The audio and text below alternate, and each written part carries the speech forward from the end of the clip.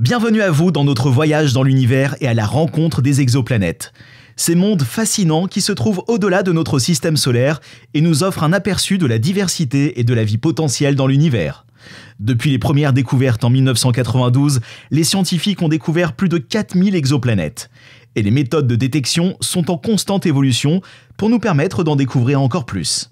Dans cette vidéo, nous allons explorer les différentes techniques de détection des exoplanètes et comment elles ont permis de faire de nouvelles découvertes sur l'univers qui nous entoure. Prêt pour cette aventure dans l'espace? Alors allons-y! Avant tout, qu'est-ce qu'une exoplanète? Une exoplanète est une planète hors de notre système solaire orbitant, tout naturellement, autour d'une étoile différente du Soleil. Depuis les premières découvertes dans les années 90, ce sont plus de 4000 exoplanètes qui ont été étudiées par les scientifiques, avec de plus en plus de candidates potentielles. Les exoplanètes peuvent être de différentes tailles et de différentes masses, allant de planètes naines à des géantes gazeuses plus grandes que Jupiter. Certaines d'entre elles peuvent être très proches de leur étoile hôte, comme Mercure, tandis que d'autres peuvent être situées à des distances similaires à celles de la Terre et de Jupiter dans notre système solaire.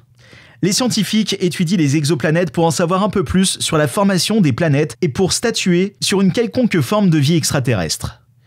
Ils utilisent diverses techniques pour détecter les exoplanètes, sur lesquelles nous reviendrons en dernière partie de vidéo. Néanmoins, nos progrès scientifiques sont tels que rien qu'en analysant la lumière de l'étoile hôte qui traverse l'atmosphère de l'exoplanète, les scientifiques peuvent en savoir plus sur sa composition et sa possible habitabilité. Vous l'aurez compris, la recherche de la vie est une des motivations principales de l'étude des exoplanètes. Cependant, les défis pour la découverte de la vie ailleurs dans l'univers sont considérables, car il est extrêmement difficile de trouver des signes de vie sur des planètes situées à des distances très éloignées de la Terre.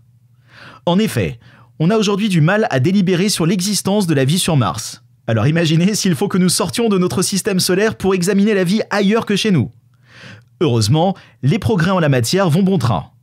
Les progrès continuent dans la technologie spatiale et la planétologie pour permettre aux scientifiques de poursuivre leur quête de la vie.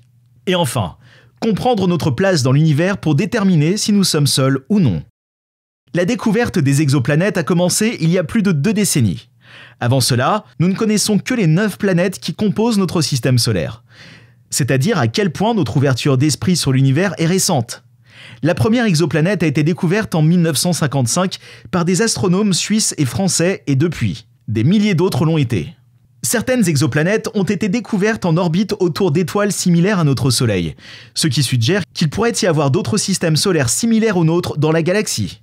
La découverte d'exoplanètes a également suscité de nouvelles questions sur l'univers, telles que l'existence d'autres formes de vie intelligentes et la façon dont les systèmes planétaires se forment et évoluent. Les missions spatiales actuelles, comme la mission James Webb de la NASA, auront pour but de mieux comprendre les exoplanètes et leur environnement en étudiant leur atmosphère et en recherchant des signes de vie. En conclusion, la découverte des exoplanètes a été un pas en avant majeur dans notre compréhension de l'univers et de notre place au sein de celui-ci. Il y a encore beaucoup à découvrir sur ces mondes lointains, mais chaque nouvelle découverte nous en apprend un peu plus sur notre propre système solaire et sur la vie dans l'univers. Nous en sommes donc au début de quelque chose de très grand. Et à chaque fois que nous mettons un pied dans quelque chose d'aussi grand, les découvertes qui en découlent vont à un rythme exponentiel, produisant des révolutions scientifiques et intellectuelles dans la majorité des cas. La formation des exoplanètes est un sujet passionnant dans l'astrophysique moderne. En effet, elle est très similaire à celle des planètes dans notre système solaire, mais avec quelques différences clés. Prenez les notes que vous avez prises pour la première partie de la vidéo, car vous allez en avoir besoin. Le processus de formation des exoplanètes commence par la naissance d'une étoile au sein d'un nuage de gaz et de poussière. Ce nuage peut prendre des millions d'années pour que l'étoile soit suffisamment massive pour déclencher la fusion nucléaire et briller de manière autonome. Une fois que l'étoile est formée, elle attire tout le matériau restant du nuage autour d'elle pour former un disque protoplanétaire. Ce disque est en fait du gaz, des poussières et des matériaux qui pourraient éventuellement se condenser pour former des planètes. Au sein de ce disque, de petits corps comme les astéroïdes et les comètes se forment et commencent à interagir entre eux. Ceux-ci peuvent s'attirer mutuellement et fusionner pour former de plus grandes structures, appelées protoplanètes. Si suffisamment de matériaux est disponible, les protoplanètes peuvent alors se condenser encore plus pour former des planètes. Cependant, la présence d'une étoile proche peut avoir un impact important sur la formation des exoplanètes. La gravité de l'étoile peut perturber le disque protoplanétaire et faire en sorte que les protoplanètes se déplacent, entrent en collision ou s'échappent complètement du système. Il est également possible que les perturbations gravitationnelles de l'étoile créent des conditions propices à la formation des planètes géantes, comme Jupiter et Saturne dans notre système solaire. Les formations des exoplanètes est un sujet de recherche intense, car les planètes en dehors de notre système solaire peuvent nous fournir des informations sur les conditions dans lesquelles les planètes se forment et peuvent éventuellement abriter de la vie. Les observations à venir avec les télescopes en récente circulation, comme le fameux télescope James Webb, permettent de mieux comprendre ce processus et d'en apprendre encore plus sur les exoplanètes. Mais alors, comment fait-on pour détecter une exoplanète ? Quel protocole est mis en place lorsqu'une observation tente à nous dévoiler une nouvelle planète ? C'est ce que nous allons voir maintenant. Nous avons plusieurs armes scientifiques afin de découvrir de nouvelles exoplanètes. Voici les plus courantes d'entre elles. 1. La méthode de la vitesse radiale. Nous mesurons avec ce protocole les variations de la vitesse radiale d'une étoile causées par la présence d'une planète en orbite autour d'elle. Comme nous savons que la planète attire l'étoile légèrement vers elle, la position de la planète peut donc être déduite par étude de trajectoire de son étoile. C'est comme si on observait la présence de la Lune hors de notre système solaire et que, compte tenu de sa trajectoire plus ou moins elliptique, on arrivait à retracer la position de la Terre à l'aide de calculs mathématiques. 2. La méthode du transit. Cette méthode du transit repose sur la mesure de la baisse de luminosité d'une étoile lorsqu'une planète passe devant elle. Cette baisse est généralement très petite, mais peut être mesurée avec précision par les satellites dédiés à la détection d'exoplanètes. Je vous mets le lien dans notre précédente vidéo expliquant la découverte d'une exoplanète selon le même procédé, qui s'était déroulé totalement par hasard. 3. La méthode de la microlentille gravitationnelle. Cette méthode se base sur les effets gravitationnels d'une planète sur la lumière provenant d'une étoile lointaine.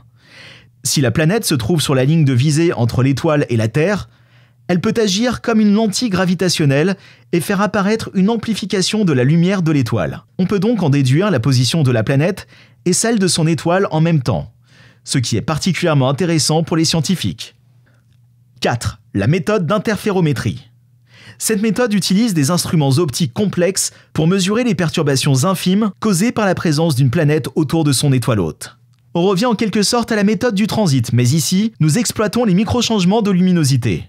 Aujourd'hui, seul le télescope européen Euclide est équipé des derniers systèmes optiques les plus poussés. James Webb atteint ses limites ici, même si S égale A polyvalence, fait qu'il n'est pas fait pour pousser une analyse aussi loin.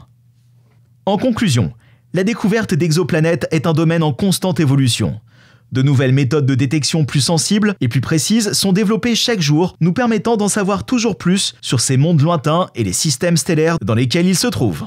La découverte de ces exoplanètes a également ouvert la voie à l'étude de la formation, de l'évolution des systèmes planétaires et à la recherche de la vie extraterrestre. Les méthodes de détection actuelles et futures continueront de jouer un rôle clé dans notre compréhension de l'univers, comme nous l'avons vu en toute fin de propos.